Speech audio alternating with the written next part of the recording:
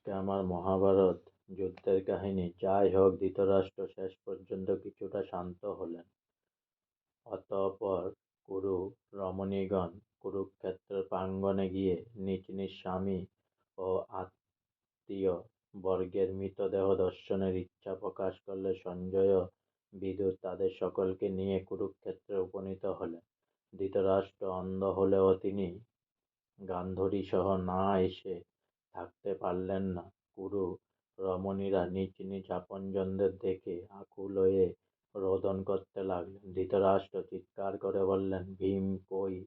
তাকে একবার নিয়ে এসো আমার কাছে। ভীম দুর্যোধন দুঃশাসনকে নিষ্ঠুরভাবে হত্যা করেছে, তাই পুত্র হত্যার প্রতিশোধ নেওয়ার বাসনা মনের মধ্যে পোষণ করেই তিনি ভীমকে কাছে পেতে চাইলেন।